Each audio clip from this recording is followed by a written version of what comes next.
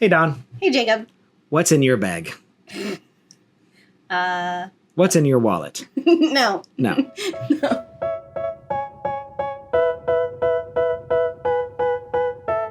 Hear me out. Okay. This is my idea. Uh-huh. What if we had a magical Mary Poppins bag for a wedding? What would you have in it? Okay.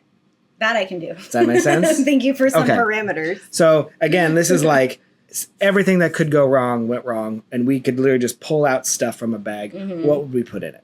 Okay. And this, just to be clear, we're not actually bringing this back. Correct.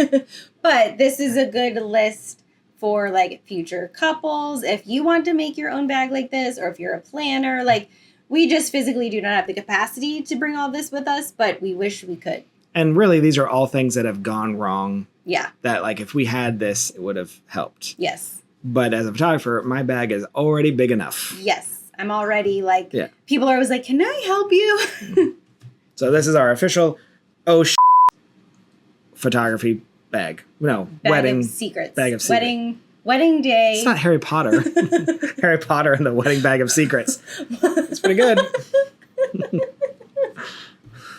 It's just a house elf is really what it is. It's Hermione's magical little bag. Okay, anyways. All right, so let's start off. Should we go like as the day progresses? Yeah, let's try and go in order of a day. Okay, so getting ready. Getting ready. I feel like the majority of this is for getting ready. Mm-hmm.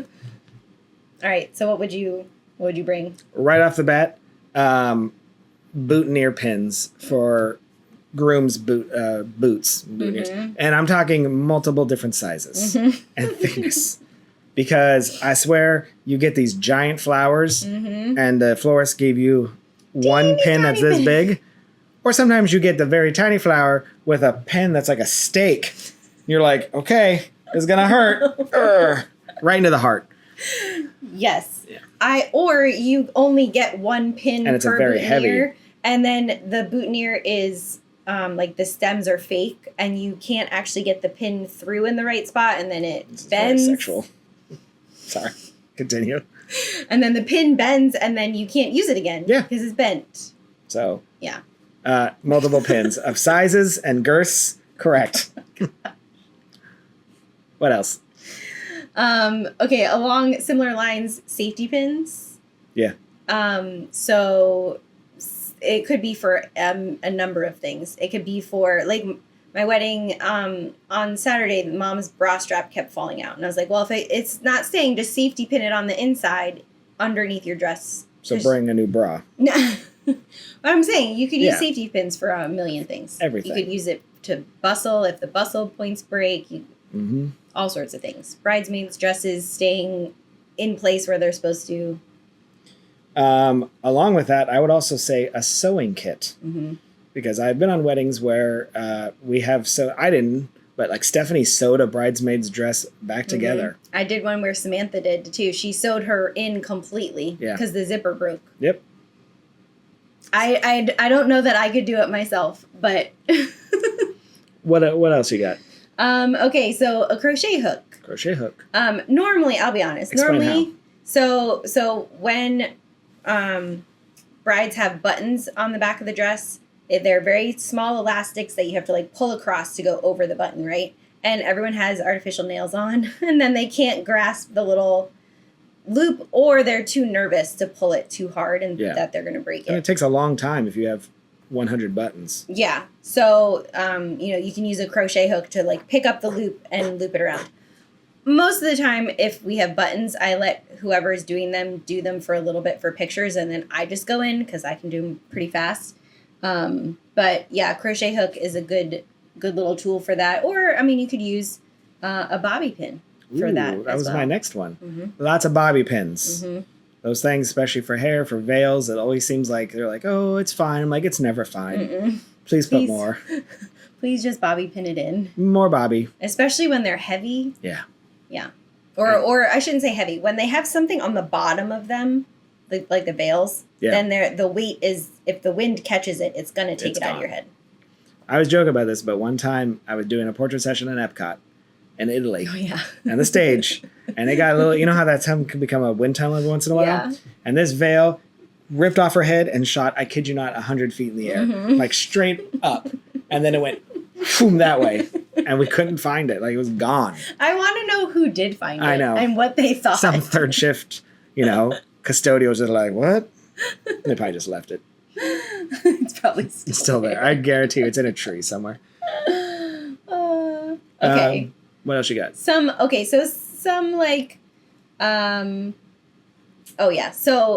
Tide pen. Yes. For like any sort of your messes mishap at any point in the day. I feel like it's more so in the beginning of the day, though. Correct. Well, once we get to the party, no one cares if you spilled wine all over or something, but... At the beginning, little marks here and there. Someone stepped on it. Some makeup fell on it. Some rant. Like, sometimes I'm like, I don't know what this is. What? Like, you were in your room. Where did this come from? Yeah, so Tide pen, shout wipe, like any sort of item like that. Again, this is your shit bag. You're opening it up and you're just pulling stuff out. You have all the solutions in one bag. What about, like, Band-Aids? Yeah, so Band-Aids or like that moleskin stuff that you put over blisters. Yeah. Anything in that realm.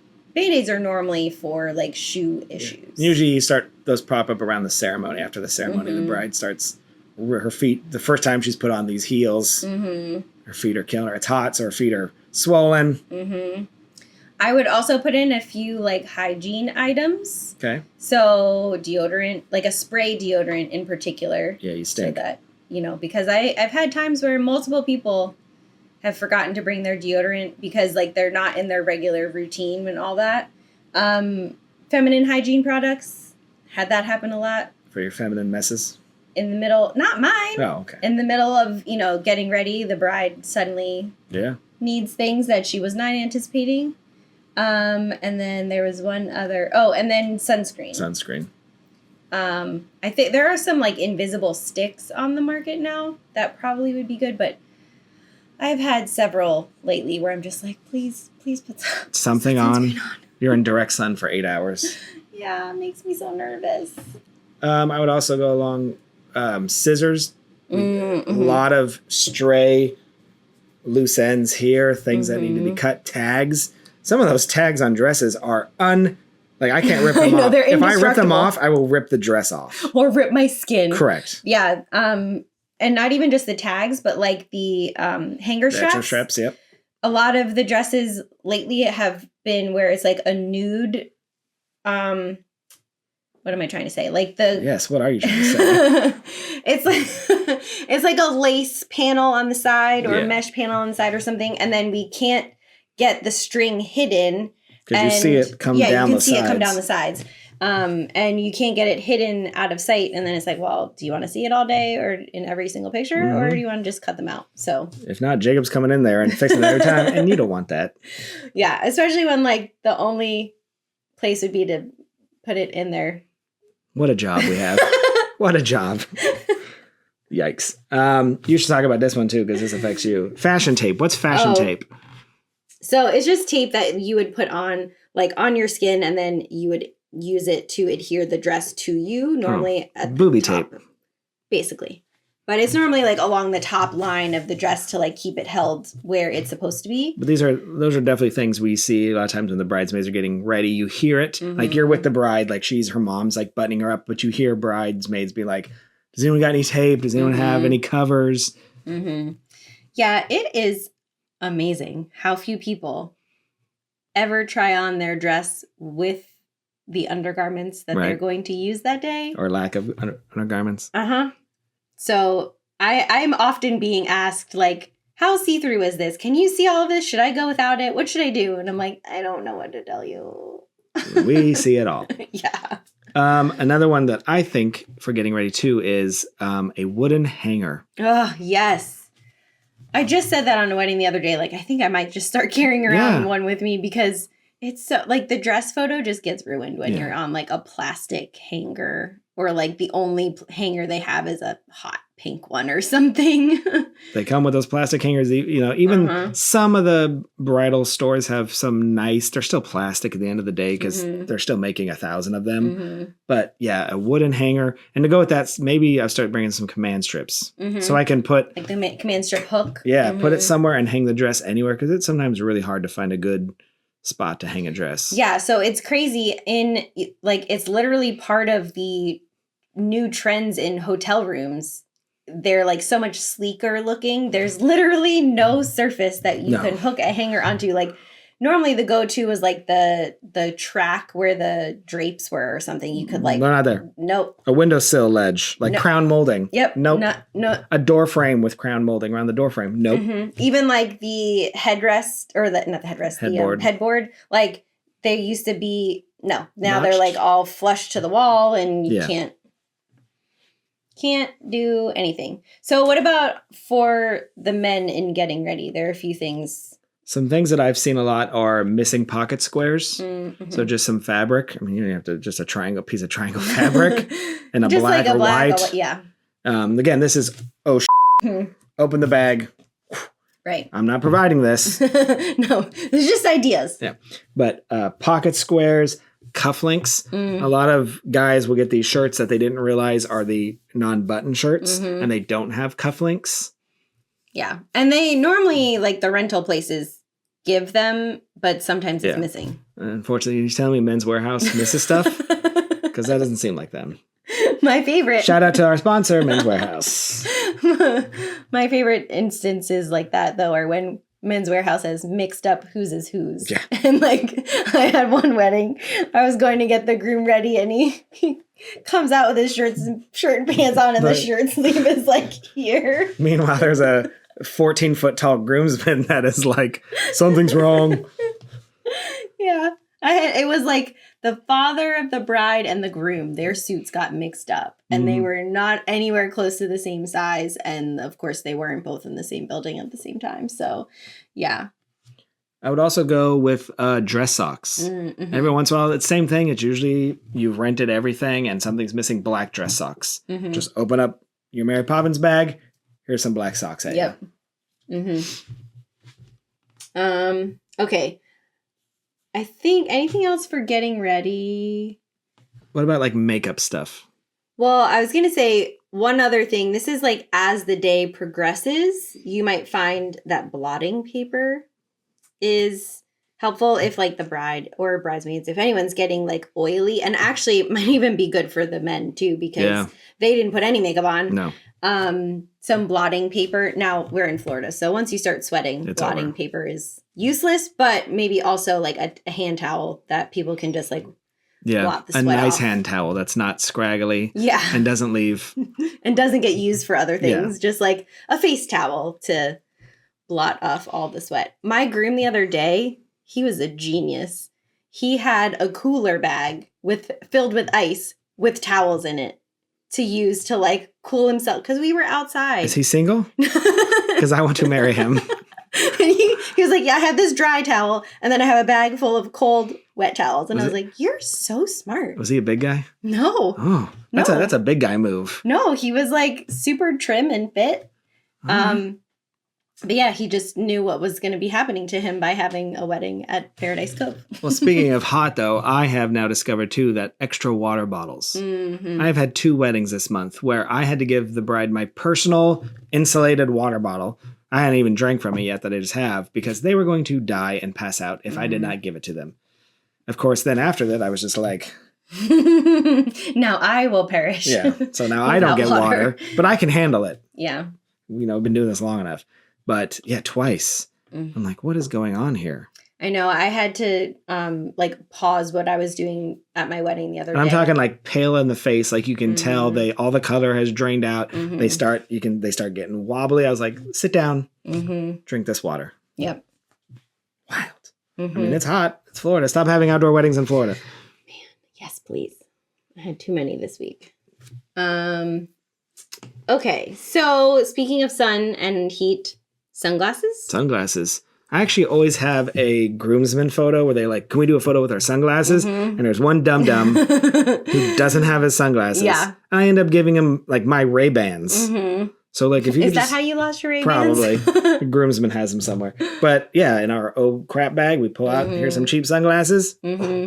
Yeah.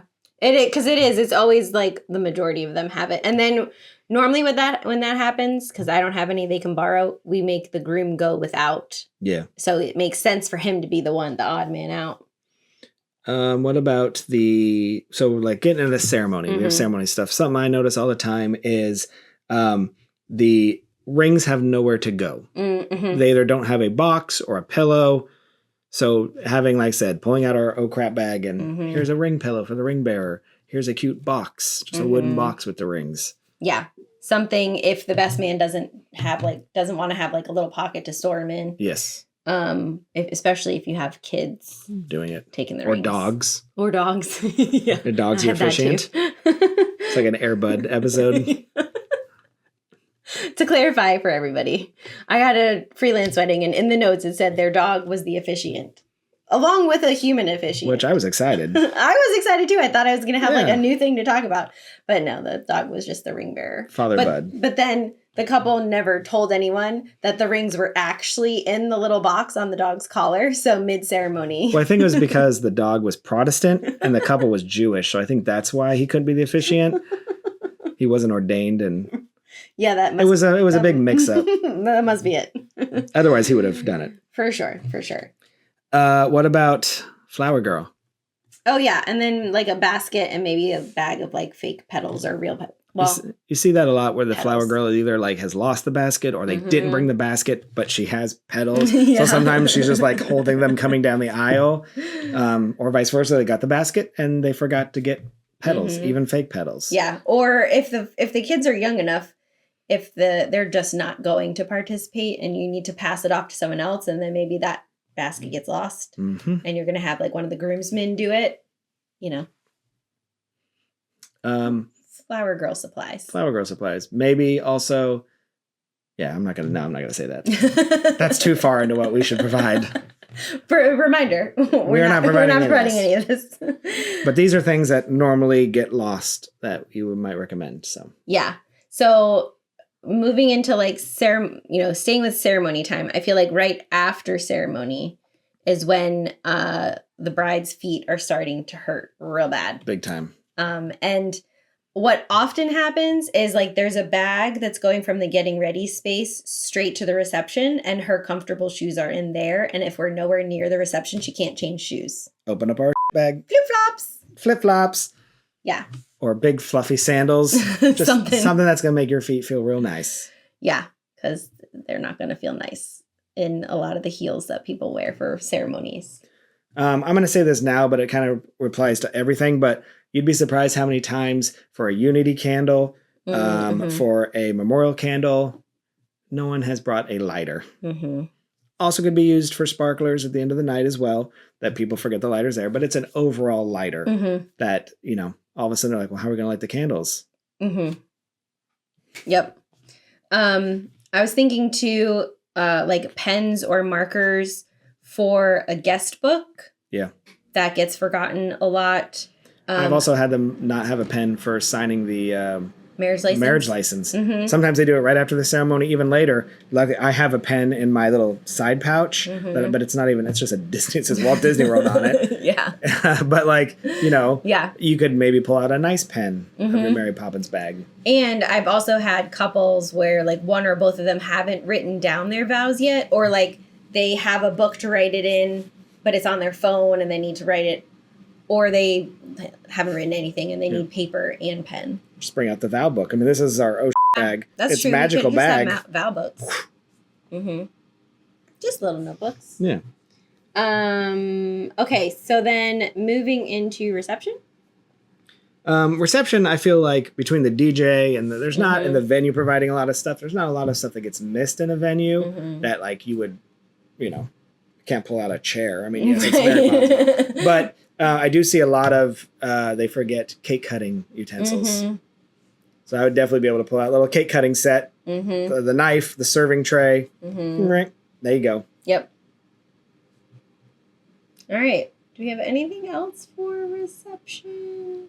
I mean, I feel like we could go so far, but like I said, that I'm not putting like, sparklers on there. No. I'm not sparklers, putting like not bubbles. Another like lighting, like we're not putting lighting on there. Microphone, like the DJ would have the microphone. These are just things that happen. A toss bouquet. Oh, yeah. A toss bouquet. So you don't kill someone with your very heavy bouquet? My bride last weekend, I think, she had like a big bouquet. And I was like, hey, do you have a bouquet for the bouquet toss? And she was like, yeah, I have this one. I was like, I don't think you want to throw that one. Mm-hmm. It's quite large and might hurt if it hits someone. And she was like, oh, well, what am I supposed to use? And I was like, well, did your florist, like normally florists make a specific toss bouquet. And they hadn't done that. So they ended up using a bridesmaid bouquet. But it was still a little too big. Yeah. So. But then that's why your bag has an EMT in it. When the bridesmaid who catches it gets a concussion from taking it in the face. Straight to the face. Yeah.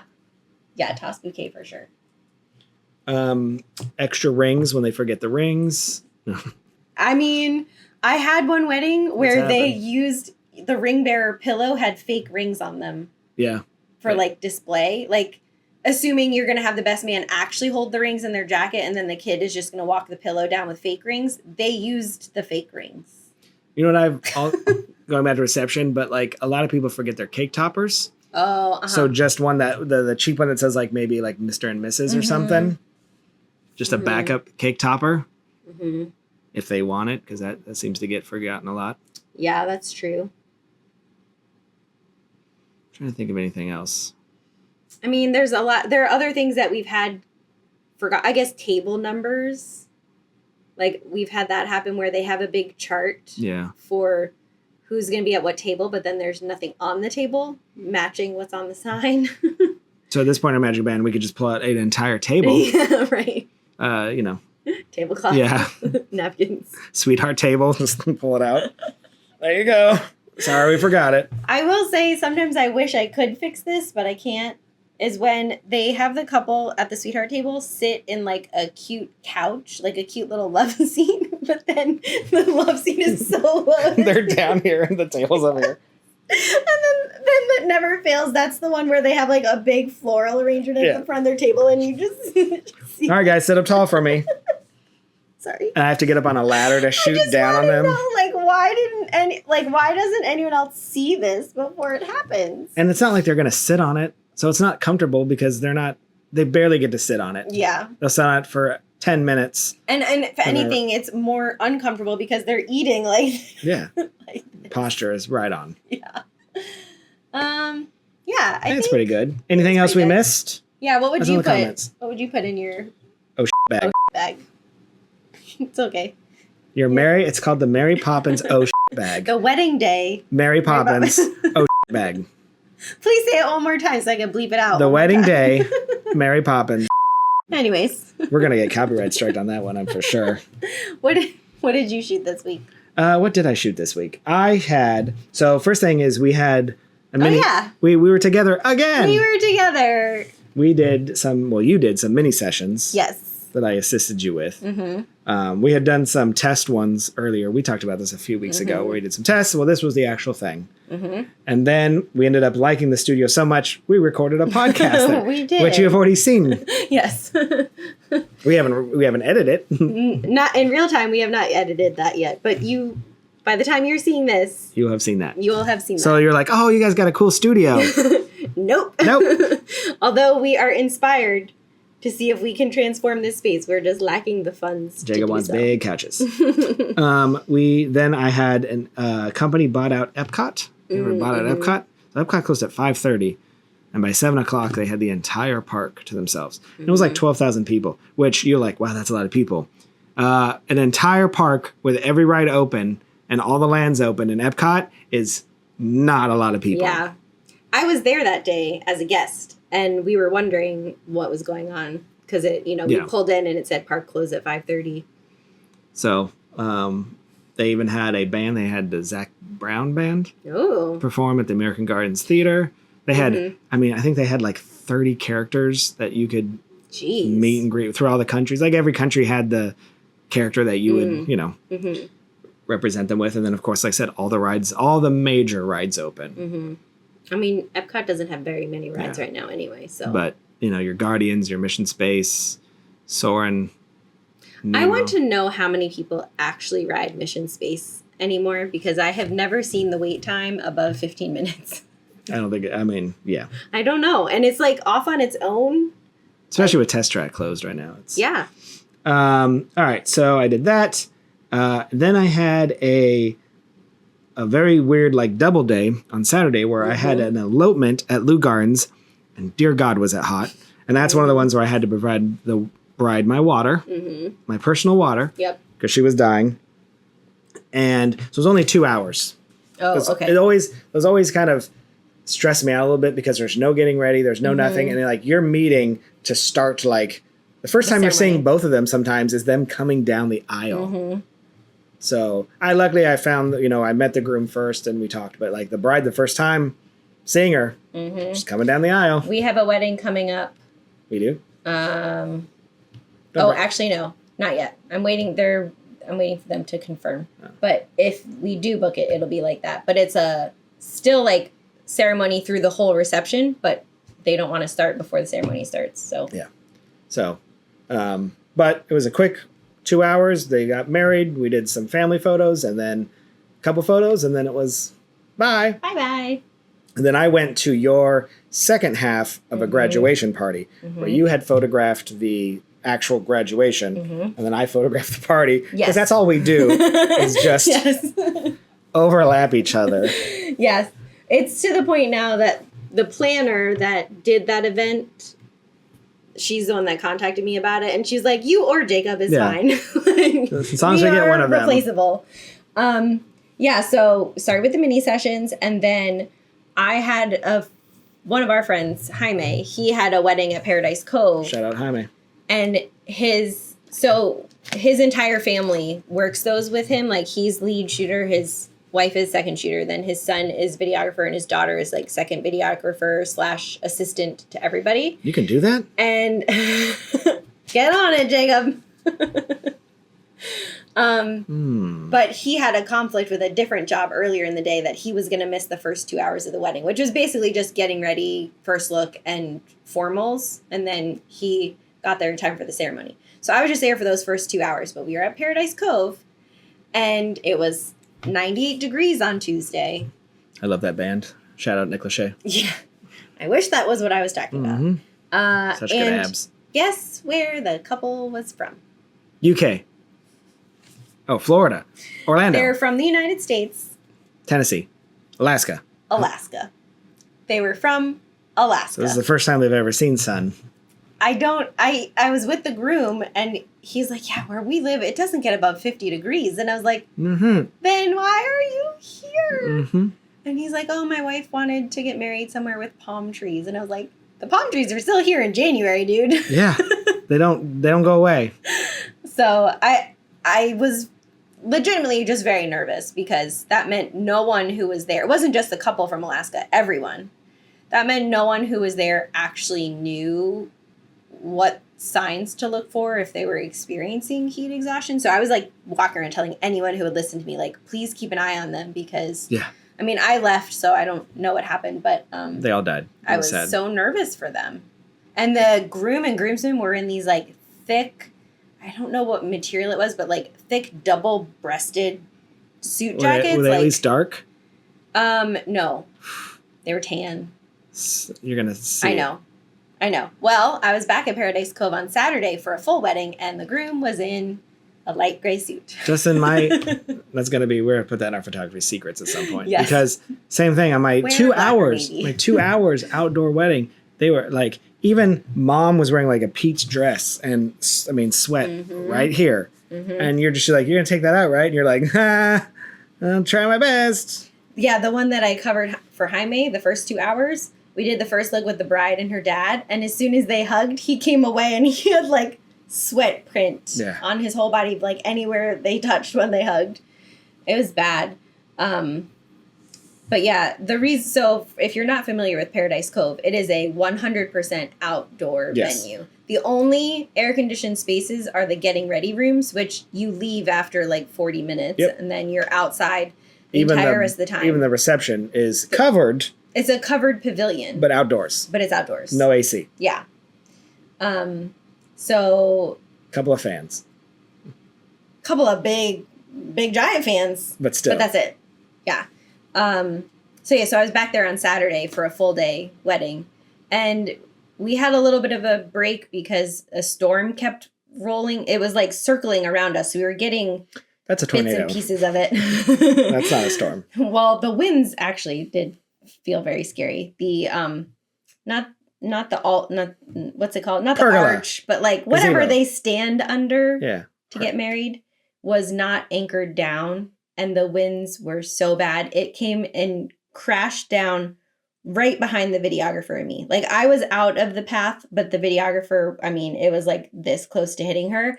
And we were only, I don't know, like 45 seconds before the bride or the groom was about to come down the aisle. So it would have crushed whoever was standing there. Yeah. And magically, once it was back up, it was anchored in. And I was like, oh, what a concept. So in your bag, anchors. Yeah.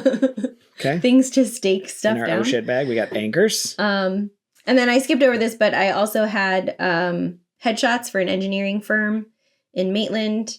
And adding on to the heat problems this week, the room they put me in, the air conditioning wasn't working. To the point where, like, as soon as you cross the threshold into the room, it was like... oh, it's really hot in here. I'm like, yeah, I know. Smile. And then I had the first part of the graduation. So yeah, I did the graduation ceremony at like the actual ceremony part. Yeah. And then Jacob did the party. The party. So. It was a good party. Mm-hmm. I have lots of pictures to go through. It's like. Mom wanted a lot of photos of people. So it was very like, I felt like I was a PhotoPass photographer at one point where it was just like, I was standing there and just literally I had a line. Yeah. And then I took a lot of the graduation ceremony because I was there obviously to take him going across the stage and stuff, but there were a few awards that they were announcing and I didn't. I'm not yawning because you're boring. And I didn't know if he was going to be the one winning the award. So I was like taking pictures of the speakers and the people standing to present each award in case he was the one that won. Because no one knew. Like, it wasn't like it was just being announced at the ceremony. Like, the principal even was saying, like, oh, the seniors all know one another so well. Was like it the Academy Awards where he opened the envelope and was like... No. But he was like, I know as soon as I start describing the person, you guys are going to figure it out. But, like, no one knew. Gotcha. So yeah, that was my week. It is my last insane week. The next week is, like, half insane, and then I go on vacation, so and then when I come back from vacation, this segment will be very dry for 3 months. Very short, for sure. It's gonna be real sad. I have one job a week in June as of right now. I think I'm pretty similar. Actually, one of the weeks, it's 2 jobs in one day. 2 jobs in 3 hours. We'll space it out. You're with me for one of them. I am? Yeah. Okay. So I also have one job that week. All right. So normally at this point in the episode, we talk about not photography corner. Some other topic we want to talk about. This week ours is like still a little. It's about a camera. Yeah. But I don't know, we have some thoughts on it. So for those of you that are Fuji photographers, like we are, they announced a new camera, like 2 days ago? Yep. Called the Fuji X Half. So we want to talk about it because if you're a fan, we have some thoughts. So the X Half camera is a very small. I mean, it's meant to be it's a compact. It's a compact camera with not a fixed lens, not interchangeable lenses. Oh, I thought it was. No. There's no way it would. Oh no! Yeah, no, you're right. Sorry. Correct.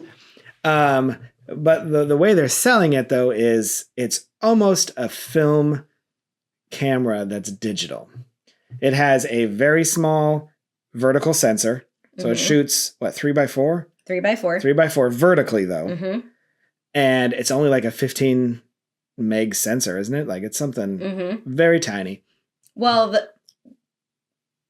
yes. Well, Keep you know going. what I'm saying. Once you get to the end, it's a decent size, but it only shoots in JPEG. Doesn't shoot in No RAW. Full manual controls, though. You control shutter speed and aperture and all that stuff. But there is the big selling point is there's a mode where you can turn it basically into a film camera where when you select this mode, you can no longer see the photos in your viewfinder, or not your viewfinder, your LCD screen. You can use all of Fuji's film simulations. And then it literally gives you can choose 36, 72, whatever roll size you want. And you take those photos. There's even a winder where it would take the next photo. And then you don't see those photos until you use the app. And the app literally almost like it even comes out on a camera roll as negatives, and then they appear. So basically you're shooting with purpose and with film where you don't get to see what you shoot. You don't have you have control, but you don't know. So you only have 72 photos. Well, and then the other thing too is the half part of it, where you're shooting 3x4 vertically, which when you put like 2 photos, you have the option to shoot it where you have 2 photos or 2 videos or one of each. Yeah. That creates like a full regular size image. Correct. But they're side by side and they can look totally differently. They're not like, it's not forced to be the same. So like it was a very interesting idea. It's definitely a play camera. It is not a work camera. You should not be using this on any jobs, paid jobs. But my first thoughts right when I saw it was like, that's kind of cool, right? It's a camera that is forcing me to be creative without any of the tools that let me do whatever I want in my regular cameras, right? They purposely stripped it down. But then I saw the price. Can I tell you my favorite part? What? Is the little, like, there's like a little strip on the side where it's as though you're peeking in at like what film canister is inside, like, but you're flipping through the film and it's simulations. A touchscreen. But it's so cute. And it's a little touchscreen, so you can flip up and change the film. I know, it's so cute, but it's also $840. It's $850. Yeah. But like when I first saw it, I was like, if this is like $300 or $400, I'm probably going to buy this. Because that would be the perfect camera to take anywhere. And you don't have to do the film mode, by the way. That's just like if you're just want a challenge. Yeah. You can just shoot it like a normal digital camera with as many photos as you want. But again, no RAW whatsoever. Only JPEGs. And these are going to be lower resolution JPEGs than you're used to. So there's really you can put it in Lightroom, but you're not recovering highlights. You're not recovering shadows. So you need to get it right in camera. Right. But man, does that sound fun. Right? Think of like you only have 72 photos, whatever, in your roll, and you can't see what you're shooting until you're done. You can't, I mean, you can cancel it if like you don't want to shoot it anymore, but like, and there's a viewfinder, but you can't see what you're taking like in the LCD screen, and you just, here's what I got. I don't know. That kind of looks super fun. Obviously, you could do that with your regular camera. You could easily turn everything off. But I don't know. Something about it really sparked my my interest of. Well, and I like too, like the 2 exposures on one. Like, you know, we talk about storytelling and like what can you do with 2 exposures, you know, not stacked on top of each other, but just beside one another. And still, when you shoot it and then you go to download it later, you get the first picture, the second picture, and then them combined. So, I mean, which you could just pull them both into Photoshop or Canva or whatever and do the same thing. But there's something about it, like, coming out that way. And you can even change, like, film simulations between the photos. Like, you can really do whatever you want. And they put a lot of film not simulations, like artifacting, light leaks, things like that into it. So you have these kind of filters that have film things that you would do or accidentally do. Like you accidentally opened up your film and you can do that. You can, grain and all that cool stuff. But it is not meant for work. And, you know, I'll acknowledge your phone will take better photos Oh, yeah. than what this can do. But it's just the fact that, like, this is an attention grabber. Like, you can't, I don't know, like, when I'm photographing this, I don't feel the same way as if I'm, like, only focused on my camera. And it's so cute. It is so cute. It's like the black and silver, like the retro look. I like the charcoal. Oh, I haven't seen the charcoal one. Yeah. Oh, charcoal. Oh, doesn't that look sexy? Oh. I don't know. I always like the silver. It's only a 2.8 lens. At least it's a 2.8. So cute. Okay, so but here's the thing. Like when you sent it to me and then you were like, and then I saw the price. At first, like my first thought was like, oh, well, it's not that different from the XM5 that I got. Which the XM5 was like $800, but it does allow for you to change lenses.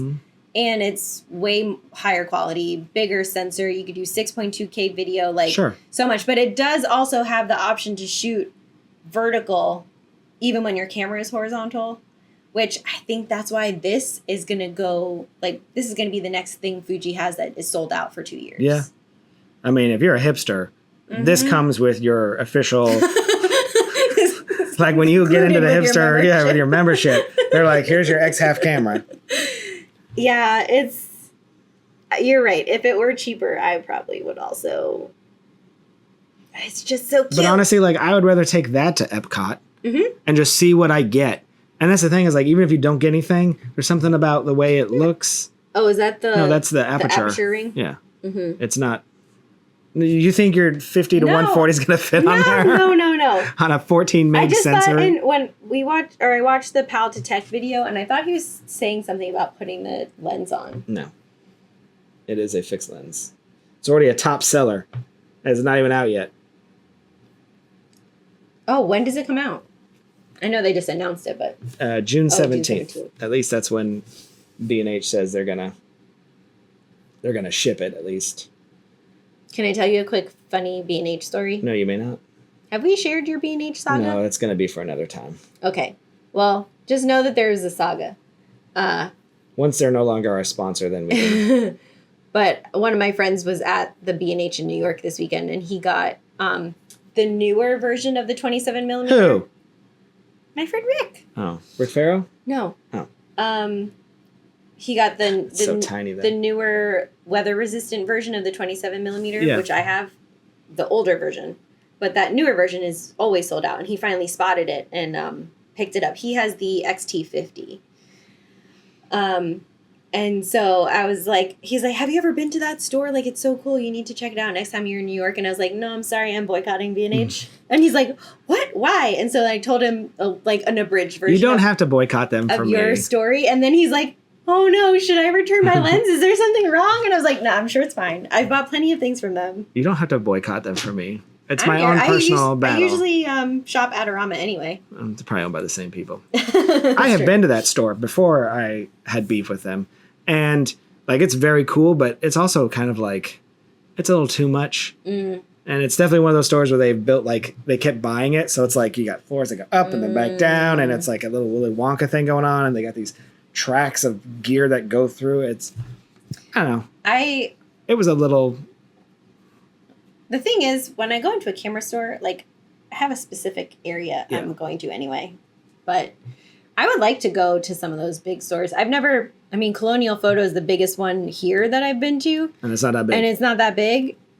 Like, the photo section, it's not even the whole store is photo. It's only one section of it.